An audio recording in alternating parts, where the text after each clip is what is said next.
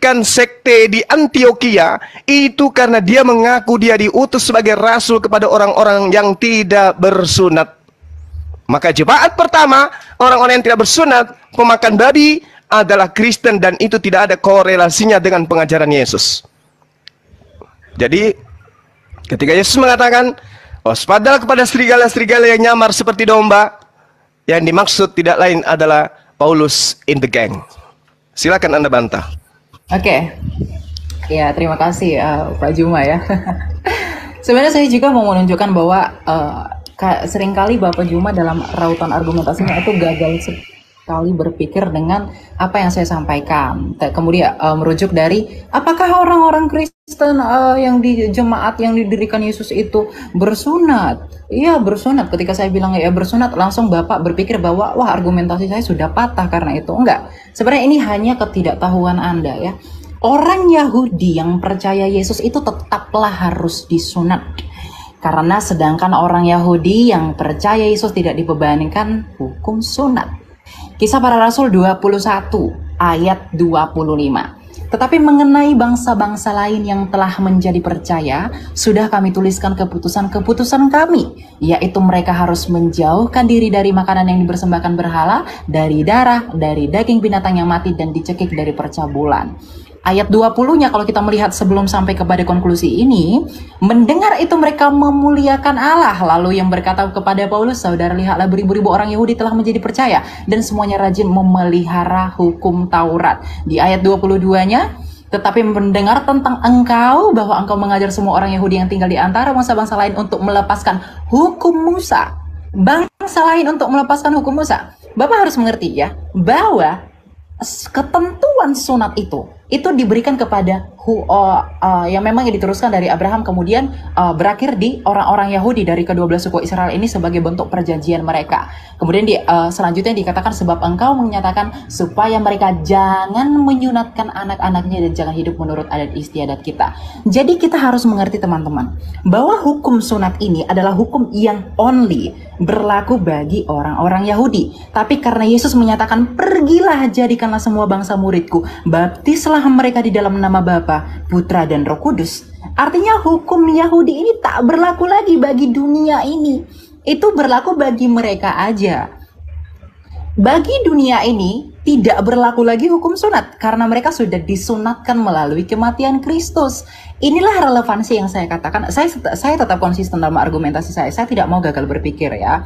Nah, ketika Yesus menyatakan baptislah semua orang di dalam nama Bapa, Putra, Roh Kudus, kemudian juga Paulus. Jadi Paulus ini bukan bertentangan dengan Yesus. Ini harus yang diperhatikan ya teman-teman. Paulus ini menginjil bagi dunia. Karena di ayat 21 dikatakan bahwa di antara bangsa-bangsa lain dan Yahudi dan bangsa-bangsa lain yang melepaskan hukum Musa. Artinya bangsa-bangsa lain itu tidak terikat dengan hukum Musa. Inilah mengapa orang Yahudi itu sangat fanatik dengan orang-orang di bangsa lain. Artinya memang hukum Israel yang sangat ketat ini, yang tadinya perlakuan hukum Taurat ini tidak berlaku lagi bagi bangsa lain. Makanya orang Kristen yang non-Yahudi itu tidak perlu disunatkan. Itu argumentasi yang pertama. Argumentasi yang kedua, mengapa orang-orang Yahudi atau pada masa ketika Yesus mendirikan jemaatnya yang adalah Petrus sang batu karang itu, mereka adalah orang-orang bersunat. Argumentasi yang pertama itu karena mereka adalah orang Yahudi. Kemudian orang yang kedua, argumentasi yang kedua agar itu tidak menjadi batu sandungan atas pemberitaan mereka. Paulus dengan jelas menegaskan bahwa Timotius itu haruslah disunat, gitu ya, karena si Timotius ini ibunya seorang Yahudi teman-teman yang telah menjadi percaya gitu. Sedangkan ayahnya itu seorang Yunani ya, Yunani sehingga menurut hukum Yahudi Timotius itu termasuk orang Yahudi. Ini, jadi karena keyahudian mereka itu diwajibkan untuk bersunat, gitu. Jadi orang yang di luar Yahudi, non-Yahudi, tetapi Injil juga diberikan kepada mereka. Karena Yesus menyatakan bahwa Injil itu harus diberitakan kepada seluruh dunia, ya maka itu tidak berlaku, gitu. Karena karunia keselamatan ini diberikan bagi semua orang, gitu. Jadi penafsirannya penafsirannya itu harus relevan, jangan dikait-kaitkan yang satu dengan yang lain dan hanya untuk mengukuhkan asumsi kita, gitu. Itu prinsip hermeneutika Kristen itu jelas dalam hal ini, gitu ya.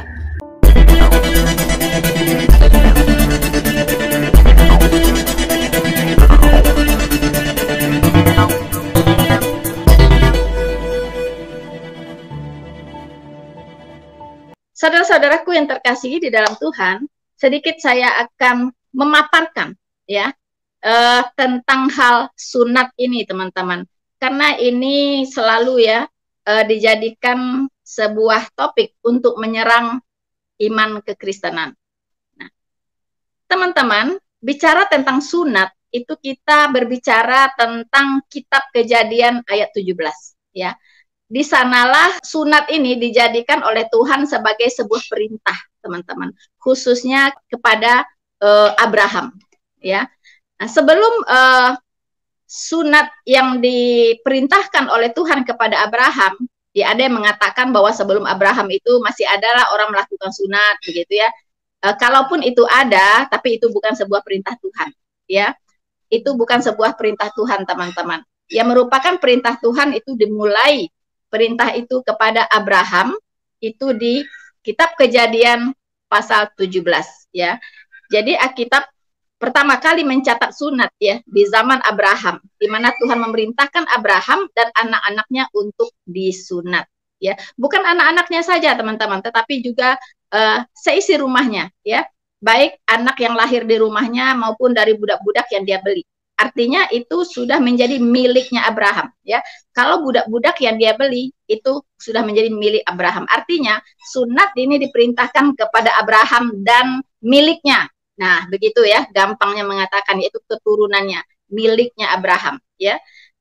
Sebelum kita masuk kepada pembahasan, baiklah kita akan membaca dulu, teman-teman, apa yang tertulis ya di kitab Kejadian ini, teman-teman, supaya kita tidak keluar dari konteks ya nanti ya. Saya akan bacakan untuk kita semua, dan kalau teman-teman ada punya Alkitab di rumah, silakan dibuka, dan mungkin saya harus share screen juga ya, share screen supaya teman-teman bisa membacanya ya, teman-teman. Share screen please. Ya. Kejadian 17 ayat 1 kita baca ya, teman-teman. Kita baca sampai ayat ke-14 nantinya ya. Cukup panjang. Kejadian 17 ayat 1 sampai 14. Perikopnya adalah sunat sebagai tanda perjanjian Allah dengan Abraham ya. Dari judul saja sudah ketahuan ya, teman-teman. Sunat sebagai tanda perjanjian Allah dengan Abraham ya. Jadi sebagai tanda perjanjian, teman-teman ya, antara kedua belah pihak, yaitu Allah dan Abraham. Ayat 1, ketika Abraham berumur 99 tahun, maka Tuhan menampakkan diri kepada Abram dan berfirman kepadanya, "Akulah Allah yang Maha Kuasa, hiduplah di hadapanku dengan tidak bercela. Aku akan mengadakan perjanjian antara aku dengan engkau, dan aku akan membuat engkau sangat banyak." Lalu sujudlah Abraham, dan Allah berfirman kepadanya, "Dari pihakku, inilah perjanjianku dengan engkau. Engkau akan menjadi bapa sejumlah bangsa besar. Karena itu namamu bukan lagi Abram, melainkan Abraham. Karena engkau telah kutetapkan menjadi bapa sejumlah bangsa besar. Aku akan membuat engkau beranak cucu sangat banyak. Engkau akan kubuat menjadi bangsa-bangsa, dan daripadamu akan berasal raja-raja.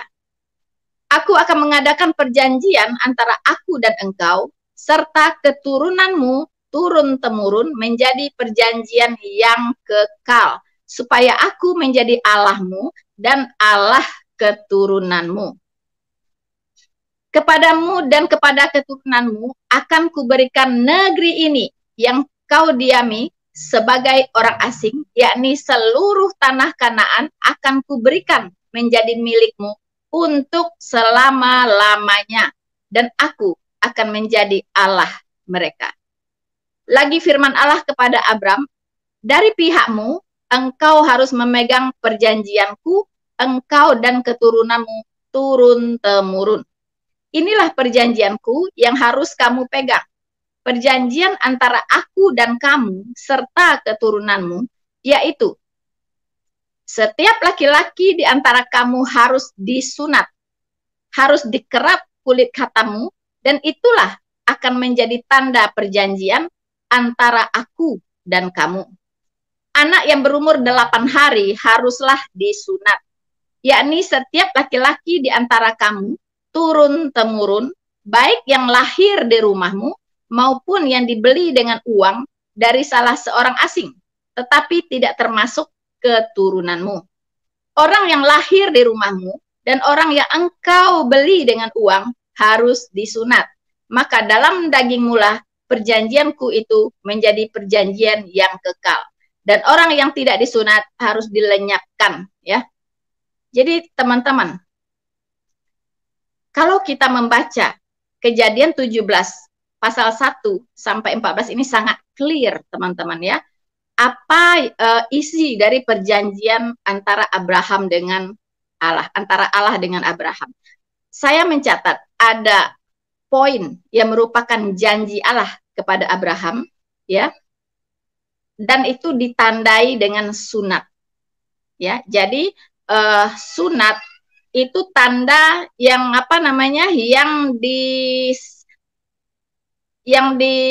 dibuat secara lahiriah, ya, tanda lahiriahnya, teman-teman, ya, yaitu dikatan, ya, dikerap kulit katannya, ya, atau dipotong, teman-teman, ya.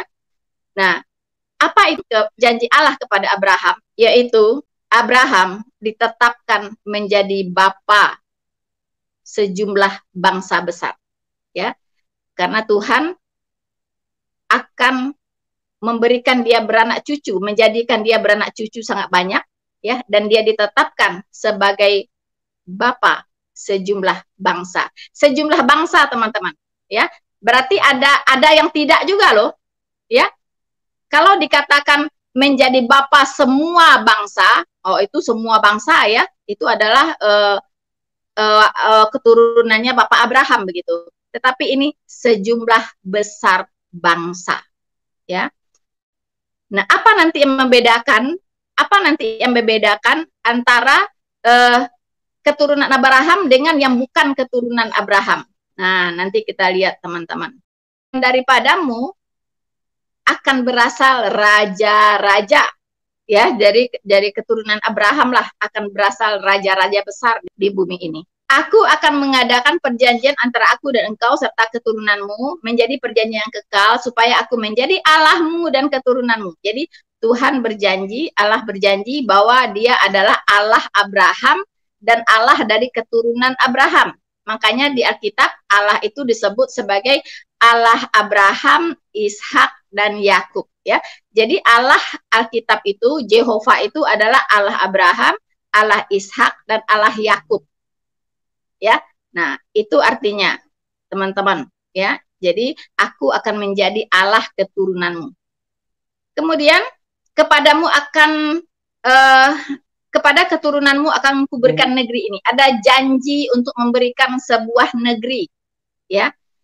Janji Allah kepada Abraham dan keturunannya, Allah akan memberikan kepadanya sebuah negeri. Negeri apa itu? Yaitu tanah Kanaan, ya. Yaitu seluruh tanah Kanaan akan kuberikan menjadi milikmu untuk selama-lamanya. Dan aku akan menjadi Allah mereka. Di sini jelas, ya. Jadi sebenarnya tidak perlu untuk memerangi Israel, tidak perlu untuk mengusir Israel. Karena itu adalah tanah Israel, itu adalah tanah yang dijanjikan oleh Abraham kepada Israel. Itu adalah miliknya keturunan Abraham. Keturunan Abraham yaitu Israel, ya. Jadi tidak boleh diusir dari tanahnya. Ya, jadi nggak boleh juga ngaku-ngaku kalau itu milik si A, milik si B dan sebagainya, ya. Tidak bisa karena tanah ini sudah menjadi perjanjian, ya, antara Allah dengan Abraham bahwa seluruh tanah Kanaan itu adalah menjadi milik Israel sampai selama-lamanya. Nah, ini sejarah dan ini adalah kebenaran.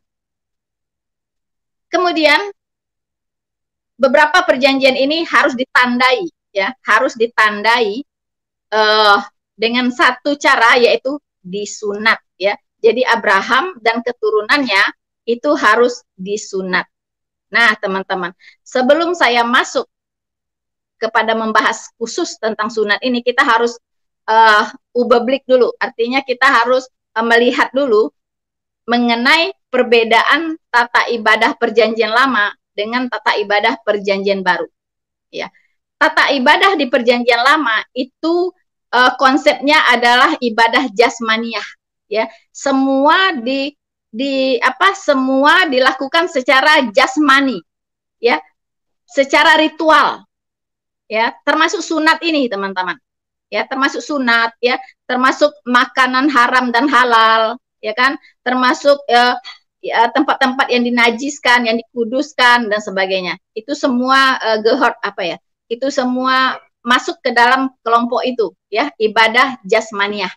Ya, jadi Tuhan pun memberikan tanda perjanjian secara lahiriah, yaitu melekat kepada tubuhnya dari Abraham dan keturunannya. Ya, mengapa harus sunat begitu? Kenapa tidak potong apa ya? Potong jarinya yang disunat? Tidak, teman-teman. Karena ada hubungannya dengan janji Allah untuk memberikan keturunan yang banyak. Ya, akan membuat Abraham menjadi bangsa yang besar, ya. Keturunan itu berhubungan erat dengan apa? Membuat anak, begitu ya, mencetak anak, teman-teman. Jadi perangkat yang dipakai untuk memproduksi anak itu adalah apa ya? Itu tadi, ya, alat kelaminnya laki-laki, begitu. Ya, jadi itu erat hubungannya loh, ada hubungannya, teman-teman, nggak sembarangan suruh sunat, begitu ya. Jadi ada korelasinya. Karena itu adalah alat produksi, ya, alat produksi dari pria. Makanya itu dipakai Tuhan untuk sebagai tanda supaya Abraham dan keturunannya selalu mengingat janji Allah ini, begitu. Selalu mengingat janji Allah, teman-teman, ya. Jadi disunat, kulit katannya dikerat, ya, teman-teman. Nah, kita baca ayat 9. Dari pihakmu engkau harus memegang perjanjianku, engkau dan keturunanmu turun-temurun, ya. Jadi setiap laki-laki di antara kamu harus disunat, ya, harus dikerat kulit katanmu. Itulah akan menjadi tanda perjanjian antara aku dan kamu. Jadi garis bawahi, tanda perjanjian. Jadi pada awalnya, teman-teman, ya, perintah sunat, ya, itu yang tertera di Kejadian 17 ini antara Allah dengan Abraham tidak bisa diseret-seret ke hal yang medis, tujuan medis, ya, yang sekarang dijadikan sebagai alasan, ya, untuk bersunat bagi kawan-kawan kita yang muslim, begitu, ya. Betul, Tuhan memerintahkan sesuatu itu pasti yang terbaik. Pasti Tuhan tidak akan mau memerintahkan satu hal tapi merusak manusia itu, tidak mau, ya. Tuhan memerintahkan sunat itu ada efek secara medisnya, ya, di mana membuat laki-laki itu bersih, ya, alat kelaminnya jadi bersih, teman-teman, ya. Kemudian juga untuk kesehatannya juga baik, begitu, ya. Mungkin orang-orang yang berkecimpung di hal medis itu lebih tahu, ya. Kemudian mengapa harus umur 8 hari diperintahkan oleh Allah anak-anak harus disunat? Ternyata, ya, dari ilmu kedokteran pada umur 8, ya, 8 hari itu, persis di hari ke-8 itu bayi itu memproduksi sebuah zat, ya, sehingga membuat proses sunat itu berjalan dengan baik. Jadi ada namanya zat yang menahan pendarahan, begitu. Jadi kalau umur 8 hari disunat itu pendarahannya tidak banyak, teman-teman, ya. Nah, orang-orang dokter-dokter biasanya tahu itu, ya. Saya tidak tahu nama zatnya, tapi itu ada, ya. Jadi zat itu diproduksi pada hari ke-8. Itu yang pertama. Yang kedua, Tuhan juga memikirkan dampak psikologis dari si bayi, ya. Kalau anak-anak itu disunat sudah besar, begitu, ya. Anda bayangkan di zaman itu belum ditemukan yang namanya obat bius, ya. Obat bius belum ada, teman-teman. Jadi kalau dipotong itu Anda bisa bayangkan sakitnya seperti apa, begitu. Ya kan? Sakitnya seperti apa? Bisa kaing-kaing, teman-teman. Dan mungkin banyak orang tidak mau bersunat karena sakitnya itu, ya. Nah, Allah itu luar biasa, ya. Allah kita itu memang luar biasa, teman-teman.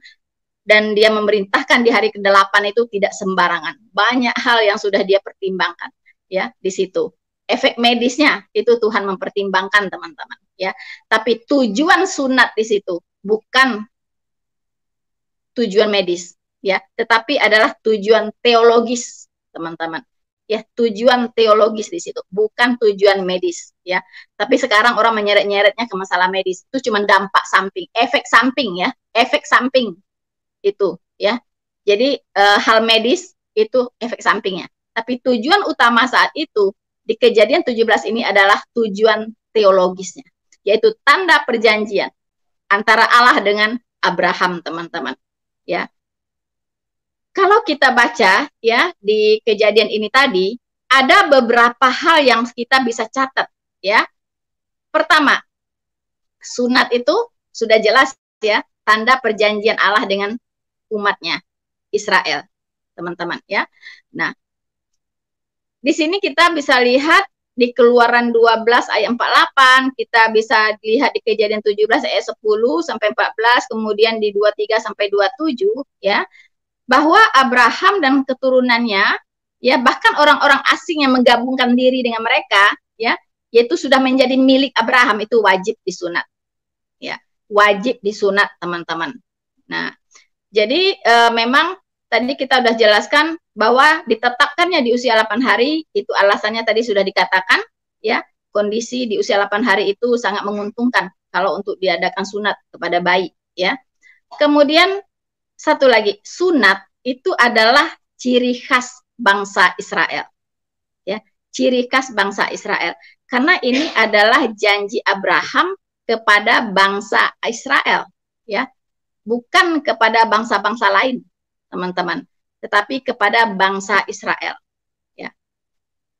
Jadi di sini sekalipun banyak juga katanya, ya, sebelumnya gitu ada katanya gitu, ya, yang sudah mengadakan sunat, tetapi bukan perintah Tuhan, teman-teman. Nah, kemudian sunat ini adalah pembeda utama, teman-teman, menjadi pembeda utama antara bangsa Israel dengan bangsa-bangsa lain, ya. Makanya disebut di Alkitab itu apa namanya, orang bersunat. Ada istilahnya orang bersunat dan ada istilahnya orang-orang yang tidak bersunat. Nah, orang bersunat itu merujuk kepada keturunan Abraham, ya, dan ini adalah bangsa Israel, teman-teman.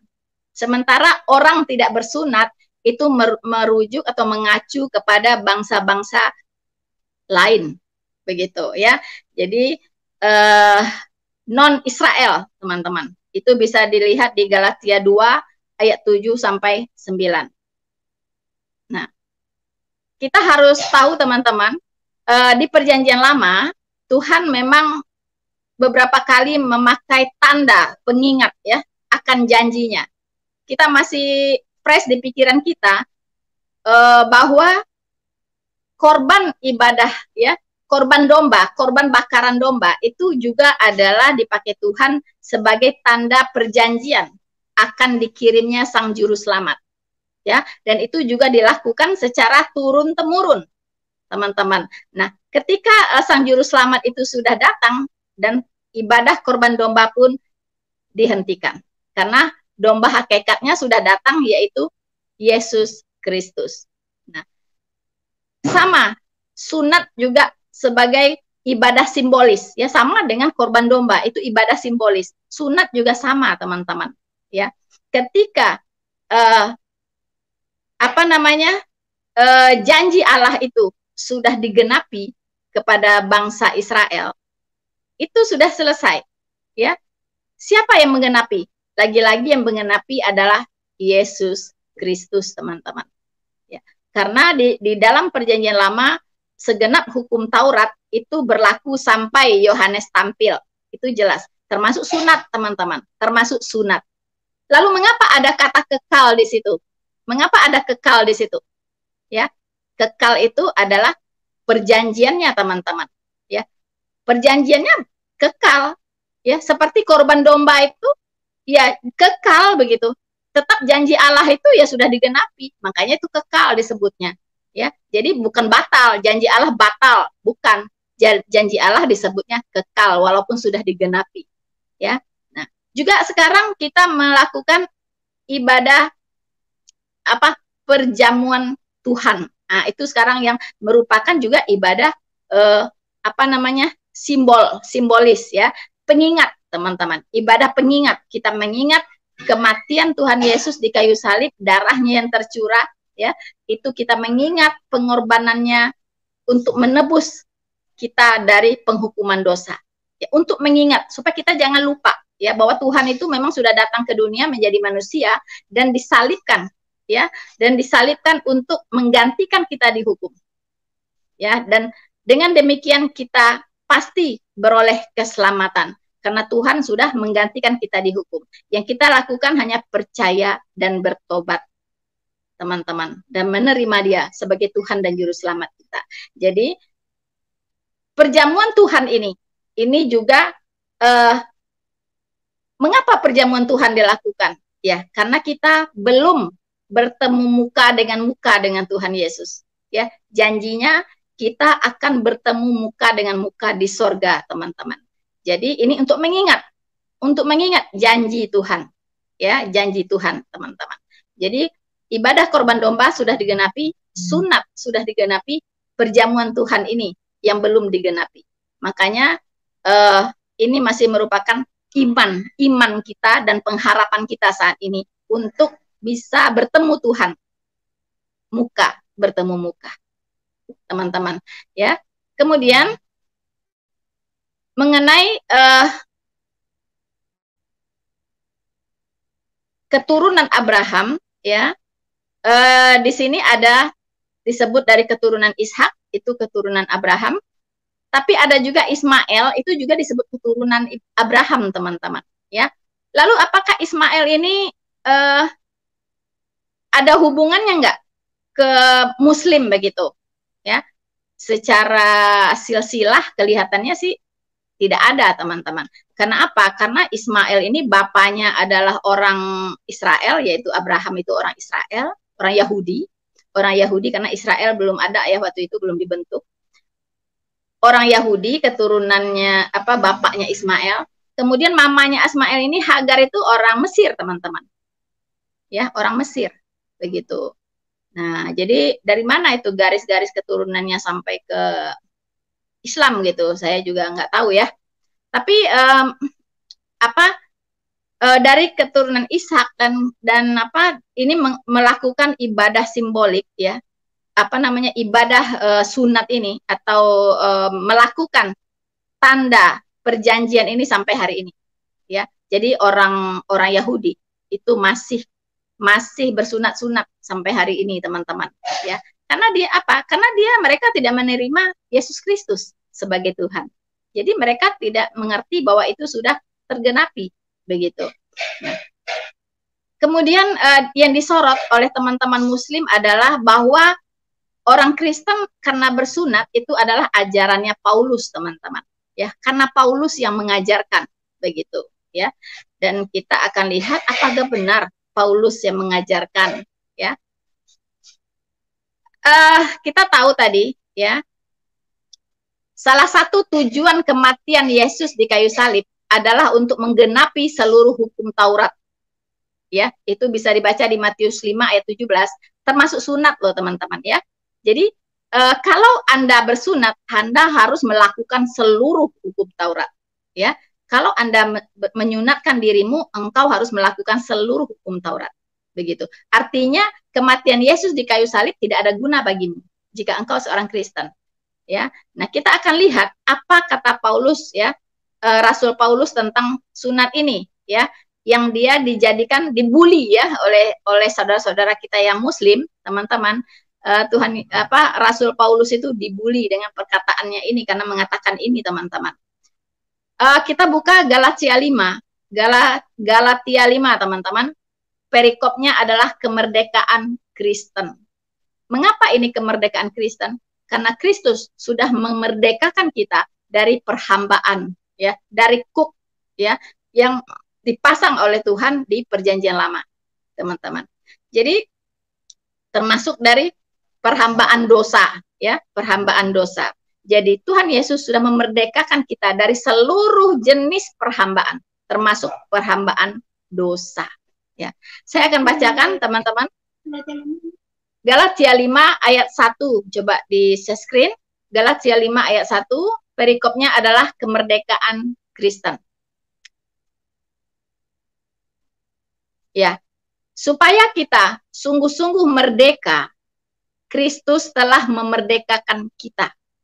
Karena itu, berdirilah teguh dan jangan mau lagi dikenakan kuk perhambaan. Sesungguhnya aku, Paulus, berkata kepadamu, jikalau kamu menyunatkan dirimu, Kristus sama sekali tidak akan berguna bagimu. Sekali lagi, aku katakan kepada setiap orang yang menyunatkan dirinya, bahwa ia wajib melakukan seluruh hukum Taurat. Kamu lepas dari Kristus. Wow, ya. Keras sekali ini ya. Kamu lepas dari Kristus jikalau kamu mengharapkan kebenaran dari hukum Taurat. Kamu hidup di luar kasih karunia. Sebab oleh roh dan karena iman kita menantikan kebenaran yang kita harapkan. Sebab bagi orang-orang yang ada di dalam Kristus Yesus, hal bersunat atau tidak bersunat tidak mempunyai sesuatu arti. Hanya iman yang bekerja oleh kasih. Teman-teman, ya, ini dijadikan sebuah pernyataan Rasul Paulus ini oleh teman-teman kita yang masih bersunat, ya, yaitu teman-teman kita Muslim. Ini menyerang kekristenan dengan membuli Rasul Paulus karena mengatakan ini, ya, bahwa seorang Kristen, ya, itu kalau disunat lepas dari Kristus. Apakah Rasul Paulus mengarang-arang? Apakah Rasul Paulus mengajarkan ini atas pikirannya sendiri? No. Ini konteksnya adalah keseluruhan, ya, keseluruhan dari Alkitab, ya, dari Kejadian sampai Wahyu itu sudah dirangkum di dalam Galatia 5 ini, teman-teman. Terangkum di sini semua bahwa orang Kristen hanya diselamatkan oleh iman, bukan oleh perbuatan atau usaha manusia. Ya, orang Kristen diselamatkan oleh iman. Tetapi teman-teman, tentu ada penyebabnya. Mengapa Rasul Paulus berkata demikian? Karena ada kejadiannya, teman-teman, yaitu kita bisa lihat di Kisah Para Rasul, ya, 15. Di Kisah Para Rasul 15 kita bisa lihat, ya, mengapa Rasul Paulus begitu keras tadi berkata demikian, ya, kamu lepas dari Kristus kalau masih menyunatkan dirimu. Ya, kita bisa baca Kisah Para Rasul 15 ayat 1. Ayat 1 sampai ayat 2, teman-teman. Saya akan bacakan untuk kita semua. Beberapa orang datang dari Yudea ke Antioquia dan mengajarkan kepada saudara-saudara di situ. Nah, jadi ada bidat, teman-teman, ya. Ada bidat Kristen Yahudi. Mereka ini asal muasalnya adalah orang-orang Farisi. Orang-orang Farisi, kemudian dia percaya kepada Yesus gitu. Jadi mereka ini adalah Kristen Yahudi, dan ini bidat ini mengajarkan hal-hal yang menyesatkan. Dia belum melepaskan dogma-dogma lama, ya, dari agama Yahudi, teman-teman, dari pengajaran-pengajaran atau ibadah-ibadah jasmaniah yang ada di Perjanjian Lama. Jadi masih terbawa-bawa, teman-teman, masih terbawa-bawa, ya. Nah, mereka mengajarkan apa? Mereka berkata kepada jemaat yang ada di Antioquia, teman-teman. Mereka berkata, jikalau kamu tidak disunat, katanya, ya, jikalau kamu tidak disunat menurut adat istiadat yang diwariskan oleh Musa, kamu tidak dapat diselamatkan. Teman-teman, ya, ini yang membuat Rasul Paulus marah, teman-teman.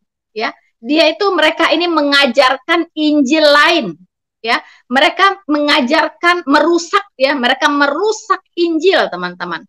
Bahwa orang diselamatkan bukan hanya tidak cukup hanya percaya dan bertobat kepada Yesus Kristus, ya, tapi harus disunat. Haha, ya. Jadi luar biasa teman-teman. Seperti hari ini juga ya. Orang tidak cukup percaya kepada Yesus Kristus dan bertobat untuk diselamatkan, tapi harus dibaptis. Nah, teman-teman, ya. Kalau tidak dibaptis tidak selamat. Nah, pada zaman itu kata bidat-bidat ini kalau tidak disunat tidak diselamatkan. Ini yang membuat Rasul Paulus marah besar karena mereka ini merusak Injil Kristus. Ya, karena di dalam iman kepada Kristus kita hanya diselamatkan oleh percaya dan bertobat. Itu, teman-teman, ya. Bukan oleh hal-hal yang lain. Tidak ada percaya plus, tidak, ya. Percaya dan bertobat. Demikian orang itu diselamatkan, ya. Tidak percaya plus, ya. Percaya plus sunat, tidak. Percaya plus baptis, tidak, ya. Baptis itu adalah tanda pertobatan. Sunat ini adalah tanda perjanjian antara Allah dengan Abraham. Ya, jadi nggak ada hubungannya sama sekali. Jadi ini orang ini, bidat-bidat ini merusak kekristenan, merusak Injil, teman-teman. Itu yang menyebabkan Rasul Paulus berkata keras seperti tadi, teman-teman. Ya, Rasul Paulus mengatakan seperti tadi. Ya, jadi engkau lepas dari Kristus kalau engkau menyerahkan dirimu untuk bersunat. Ya, kalau engkau menyunatkan dirimu, teman-teman, itu lepas dari Kristus. Luar biasa, ya. Jadi bidat inilah yang menyebabkan mencoba, ya, bidat-bidat inilah mencoba merusak Injil, ya. Makanya kita lihat, ya, mereka di sini Rasul Paulus juga menyinggung tentang Injil lain, ya, teman-teman, ya, bahwa mereka mengajarkan Injil lain, ya. Kalau ada, kata Rasul Paulus, orang yang datang kepadamu atau malaikat sekalipun yang mengajarkan Injil lain yang berbeda dengan Injil Kristus, terkutuklah dia. Nah, salah satunya bidat ini, teman-teman, ya, orang Kristen, mantan Farisi, ya, orang Yahudi itu ingin merusak Injil Kristus. Nah, ini yang menyebabkan kemarahan dari Rasul Paulus. Ya, karena orang Kristen hanya disamakan oleh iman, tidak plus plus plus, teman-teman, ya. Jadi kalau plus plus percuma lah, ya. Tuhan Yesus mati di kayu salib percuma. Begitu, ya. Untuk apa gitu? Ya kan? Padahal Tuhan Yesus mengatakan, Alkitab mengatakan kematian Tuhan Yesus itu sudah memperdamaikan kita dengan Allah. Tuhan Yesus sudah menyelesaikan dosa kita, segala dosa kita, yang dulu, sekarang, dan yang akan datang. Ya, jadi tidak bisa lagi ditambah-tambahi, ya, teman-teman. Nah, ini yang menyebabkan Rasul Paulus marah. Tapi orang Muslim, teman-teman kita, saudara-saudara kita tidak mengerti, ya, bagaimana runtutan ceritanya, begitu kan? Karena memang jelas di sini digariskan bahwa orang Kristen hanya diselamatkan oleh iman. Nah, kemudian jangan salah, ya, kita tahu bahwa sunat itu tidak bisa digantikan dengan baptisan, begitu. Karena sekarang ada lagi tuh yang mengajarkan hal-hal yang aneh, begitu, ya. Oh, bayi harus dibaptis, begitu. Nah, itu dikaitkan dengan bayi harus disunat, ya, di umur 8 hari. Jadi baptisan itu adalah disamakan dengan sunat, begitu. Kalau dulu disunat, kalau sekarang di perjanjian baru dibaptis. Nah, ini salah lagi, teman-teman, ya. Mengapa? Karena tidak ada persamaan, ya. Sunat itu dilakukan pada laki-laki saja, begitu. Laki-laki saja. Tapi kalau baptisan itu semua, untuk semua, wanita pun dibaptis, begitu kan, teman-teman. Jadi sudah beda. Jadi kalau baptisan itu untuk semua orang. Kalau semua orang yang sudah bertobat tentunya. Dan kalau sunat itu hanya untuk laki-laki saja, ya. Kalau sunat itu dipaksakan, ya, dipaksakan artinya bayi umur 8 hari nggak bisa ngomong, nggak mau, gitu, ya. Dipaksakan itu artinya ya harus disunat, ya, harus dikerat kulit katanya. Jadi wajib, begitu, ya. Kalau ingin menjadi bangsa Yahudi, ya harus disunat, begitu kan. Nah, kemudian baptisan itu tidak dipaksakan, tetapi menyerahkan diri untuk dibaptis dengan kesadaran penuh, ya, dengan kesadaran penuh, menyerahkan diri, teman-teman. Jadi bedanya di situ, ya, bedanya di sana, teman-teman, ya. Jadi jangan dikaitkan dengan baptisan. Ada lagi yang tidak setuju, orang Kristen katanya membelotkan, ya, memotong kulit katan, ya, itu dirubah oleh Rasul Paulus katanya menjadi sunat hati. Ya, sunat hati. Teman-teman, itu bukan Rasul Paulus, ya, yang merubah-rubah itu, ya. Tetapi memang itu adalah apa? Kita harus tahu, ya, Rasul Paulus ini siapa begitu. Paulus ini adalah rasul pilihan Tuhan, ya. Rasul pilihan Tuhan. Nah, rasul itu berkata-kata itu sumbernya adalah dari Roh Kudus, diilhami oleh Roh Kudus. Jadi apapun yang dikatakan oleh rasul itu pasti benar karena dia berasal dari roh kebenaran. Ya. Jadi apapun ajaran Rasul Paulus itu tidak ada yang bertentangan dengan rasul-rasul yang lain. Karena dalam melayani pun Rasul Paulus ini bersama-sama dengan rasul-rasul yang lain, tidak sendirian. Begitu. Kalau Rasul Paulus mengajarkan sesuatu yang berbeda dengan ajaran Kristus, pasti yang menegurnya bukan Anda, tetapi rasul-rasul yang bekerja sama atau yang berdampingan dengan Rasul Paulus saat itu. Ya, itu pasti sudah ditegur duluan, teman-teman. Ya, tapi kan tidak. Mereka bersehati, bekerja bersama-sama melayani dan memberitakan Injil. Tidak pernah Rasul Paulus ditegur atau dimarahi oleh rasul yang lain, tidak pernah. Dan ingat, Rasul Paulus punya kuasa kerasulan, ya. Kalau dia bukan rasul, itu dia tidak punya kuasa, dia tidak dikaruniai dengan kuasa-kuasa kerasulan. Anda tahu, kalau menyembuhkan orang, cukup mengibaskan sapu tangannya saja, itu orang sakit itu sudah sembuh loh. Ya. Jangan salah, kalau hari ini Rasul Paulus masih hidup, ya, itu dia bisa datang ke mana? Ke tempat isolasi, ya. Ke mana namanya itu di Jakarta, ke tempat yang banyak COVID itu, Wisma Atlet, ya, ke Wisma Atlet. Rasul Paulus datang ke setiap ranjang, ya, yang penderita COVID, dikibas-kibaskan sapu tangannya. Kalau ada 10.000 yang sakit, 10.000 sembuh loh, teman-teman. Itu namanya kuasa kerasulan, ya. Kuasa kerasulan. Sayang sekali Rasul Paulus sudah tiada, ya kan? Tetapi pengajaran Tuhan Yesus yang dia bawakan itu tetap hidup, ya, sampai hari ini. Jadi Anda jangan menuduh-nuduh Paulus rasul palsu dan ajaran Paulus adalah ajaran, bukan ajaran Kristus. Anda salah besar, ya. Anda salah besar, teman-teman. Nanti kalau Anda ketemu, ya, dengan Tuhan di pengadilan, nanti Anda bisa didakwa, ya, sudah memfitnah Rasul Paulus, teman-teman. Ya, Rasul Paulus itu sudah membuktikan kerasulannya dengan mujizat-mujizat, ya, dengan kuasa-kuasa melakukan mujizat. Begitu. Kalau ada mengaku-ngaku rasul, mengaku-ngaku nabi, tidak bisa melakukan mujizat, tidak punya karunia melakukan mujizat, itu diragukan kerasulannya. Diragukan. Karena semua rasul yang tercatat di dalam Alkitab dikaruniai dengan kuasa-kuasa melakukan mujizat. Oke? Nah, teman-teman, sebagai orang Yahudi, Yesus juga disunat, ya. Jadi, teman-teman kan banyak yang bertanya, kalau sunat itu enggak wajib, ya kan? Tuh, Yesus juga disunat. Yesus itu disunat waktu masih bayi. Karena Tuhan Yesus itu hidup dalam keluarga Yahudi, ya. Maria itu orang Yahudi, teman-teman. Ya, jadi Maria karena dia adalah orang Yahudi, dia membawa Yesus untuk disunat.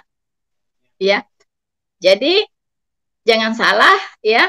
Ketika Yesus hidup dan melayani di bumi, ia juga disunat, teman-teman. Itu ada di Lukas 2 ayat 21, ya. Karena apa? Karena itu terjadi karena dia kan menjadi manusia, gitu. Allah yang menjadi manusia dan hidup di keluarga Yusuf dan Maria yang adalah orang Yahudi. Nah, itu, ya, itu alasannya mengapa Tuhan Yesus disunat. Tapi ya, itu hanya tradisi. Itu hanya karena itu adalah tradisi orang Yahudi, ya. Seperti yang dikatakan oleh Bidat tadi, ya. Semua orang harus disunat karena itu adalah tradisi, ya, tradisi orang Israel begitu. Ya. tapi dia tidak tahu bahwa Kristus sudah datang untuk menggenapi itu semua. Jadi Yesus telah menggenapi sunat sehingga orang Kristen tidak perlu lagi disunat, ya. Salah satu tujuan kematian Tuhan Yesus di kayu salib adalah untuk menggenapi seluruh hukum Taurat. Sekali lagi saya katakan, ya, termasuk sunat. Ini jangan lupa ya. Ini jangan lupa teman-teman. Nah, ketika seseorang bertobat, percaya kepada Tuhan Yesus, saat itulah dia disunat, teman-teman. Disunat apanya? Disunat secara rohani, ya. Hatinya yang disunat itu disebut dengan sunat hati, ya. Jadi saat dia bertobat, hatinya yang dulunya busuk, ya, suka marah, suka membenci orang dan sebagainya, menyembah berhala dan sebagainya, dia suka melakukan kejahatan. Ketika dia bertobat, itu hatinya disunat, ya, diubahkan menjadi hati yang baru, teman-teman, yaitu dengan dimateraikan dengan Roh Kudus. Dan ingat bahwa orang Kristen tidak perlu lagi disunat, itu keputusan Roh Kudus loh teman-teman. Jangan salah ya, bukan hanya keputusan dari rasul-rasul ya, tapi itu adalah keputusan Roh Kudus. Nah, kalau Anda tidak percaya, saya akan bacakan ya teman-teman. Tunggu. Mana ya? Itu keputusan Roh Kudus juga.